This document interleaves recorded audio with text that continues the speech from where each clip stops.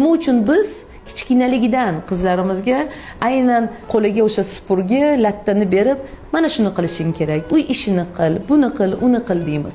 Lekin agar u o'zining maqsadi haqida deylik, bir qanaqadir olima bo'lishni yoki qandaydir katta ishlarni qilgisi kelishini aytsa agar, afsuski shunday oilalar ham borki, hattoki eshitishni istashmaydi.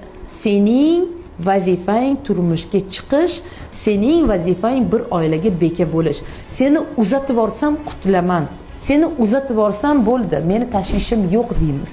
Va tabiiyki aynan shunday fikr asosida yashagan, aynan mana shunday stereotiplar asosida fikri shakllangan ayollar kelajakda katta masshtabda hech narsani orzu qilisha olmaydi. Nafaqat katta, umuman hech narsani orzu qilisha olmaydi. Ularga shunchaki mumkin emas, senga emas, yarashmaydi, to'g'ri kelmaydi, bo'lmaydi, o'xshamaydi kabi juda ko'p maydalar shunchaki yopishib qolgan miyasiga. Afsuski. Va tabiiyki shunday qizlarimiz ham borki, aynan shunday ssenariydan chetga chiqsa, ya'ni yo'q, bunday bo'lmaydi, men mana bunaqa bo'laman desa, albatta muhokama va tushunmovchiliklarga duch kelishadi.